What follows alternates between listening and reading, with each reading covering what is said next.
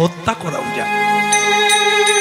আর ছুরিটা থাকলে আপনি ঠাকুর পুজোর জন্য ফল আমিনা করতে পারবেন, কিন্তু ছুরি দিয়ে যদি কারো গলায় বসিয়ে দেন অপব্যবহার করা, তাই না? আগুন না হলে সংসার চলবে না। আগুন যদি কেউ দেওয়ালে ধরিয়ে দেয়, কারো গায়ে লাগিয়ে দেয়, তাহলে সেটি হবে অপব্যবহার। আগুন বাড়িতে থাকতেই হবে।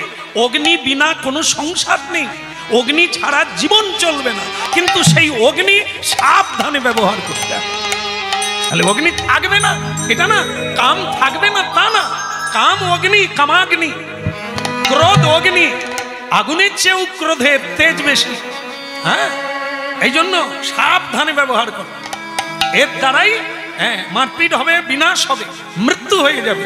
আর তাকে যদি লাগাম ধরে রাখো, তোমার জীবনে কানায় কানায় ভরে যাবে।